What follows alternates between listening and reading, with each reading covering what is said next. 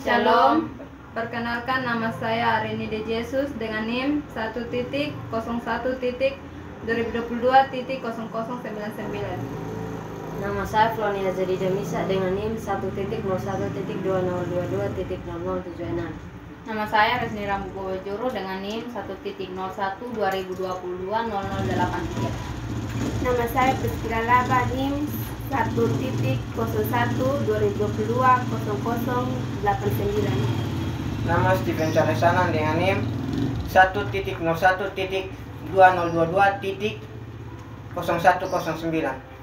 Kami dari Prodi Pendidikan Agama Kristen kelas C semester 1. Di sini kami akan membahas tentang keadaan politik, sosial kemasyarakatan, budaya, ekonomi, dan alat transportasi pada zaman Perjanjian Baru.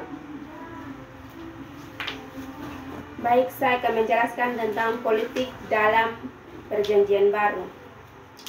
Dalam Yohanes pasal 17, Yesus berdoa agar Bapa tidak mengambil para pengikutnya dari dunia. Ia meminta kepada Bapa untuk menguruskan mereka dan kebenaran, yakni dalam kebenaran ada keadilan. Yesus menghendaki mereka menjadi terang dan garam dunia. Matius pasal 5 ayat 13-16. Dan menyampaikan kata-kata dunia yang dapat berubah karmos, tempat manusia hidup, dan ainon, sistem untuk traktor. Kehadiran pengikut Kristus harus menjadi berkat bagi manusia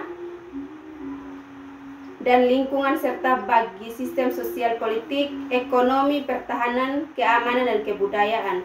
Dalam hal ini masyarakat Kristus harus berperan serta secara aktif dalam pembangunan politik bangsa untuk menciptakan masyarakat baru yang berdasarkan hukum keadilan. Kehadiran umat Kristen dalam dunia untuk menyelesaikan Injil keselamatan dan memperbaharui sistem pemerintah, melakukan perjuangan politik yang bersifat ideologis sebagai terang garam para pengikut Yesus, tidak bersifat intelektual dan harus mampu hidup bersama dengan golongan masyarakat lain. Keadaan sosial masyarakat yang pertama terdiri dari kasta, yaitu gelar raja-raja. Yang pertama pejabat, dua orang-orang merdeka atau pegawai, yang ketiga bekas para raja budak, yang keempat kelompok budak, lima orang-orang yang berpendidikan, orang-orang biadab atau barbaroi, Yahudi, bangsawan, tuan-tuan tanah, dua orang merdeka, tiga budak, empat orang disingkirkan. Keadaan budaya pada zaman Perjanjian Baru ada sebuah proses Helenisasi yang berarti adanya terjadi perubahan budaya Yahudi ke Yunani. Pertama, budaya Yunani. Bangsa Yunani melalui Alexander Agung memberikan sumbangan yang besar dalam mempersatukan seluruh dunia dalam satu bahasa, yaitu bahasa Yunani. Dua, budaya Romawi. Penguasa Romawi yang menduduki tanah Israel atau Palestina menciptakan suasana yang relatif damai sehingga pembangunan jalan-jalan dan keamanan menjadi prioritas negara. Tiga, budaya Yahudi atau Ibrani. Bangsa pilihan Allah ini tidak selalu berhasil dalam mentaati dan mengemban tugasnya sebagai umat pilihan Allah, sehingga Allah sering harus menghukum mereka dengan membuang mereka menjadi tawanan bangsa-bangsa lain. Situasi ekonomi. Keadaan tanah daerah sekitar Laut Tengah masa itu cukup subur sehingga hasil pertanian menjadi sumber hasil utama. Industri belum berkembang, masih terbatas hanya untuk menghasilkan kebutuhan sehari-hari.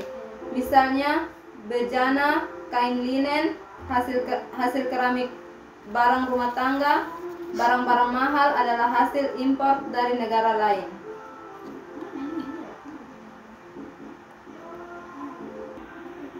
Yang terakhir, alat transportasi pada era Perjanjian Baru. Transportasi adalah perpindahan manusia atau barang dari suatu tempat ke tempat lainnya dengan menggunakan sebuah kendaraan yang digerakkan oleh tenaga manusia, angin, dan hewan. Transportasi digunakan untuk memudahkan manusia dalam melakukan aktivitas sehari-hari.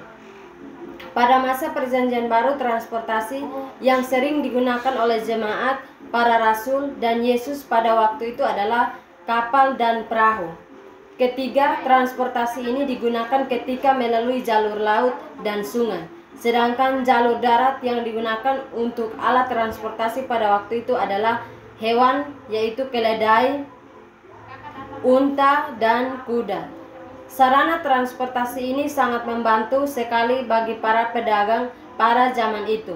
Sarana-sarana transportasi ini dipengaruhi oleh topografi, artinya topografi menentukan arah lalu lintas di tanah-tanah yang ada di bumi sebagaimana yang digambarkan oleh topografi dalam Alkitab. Di bawah ini yang akan dijelaskan beberapa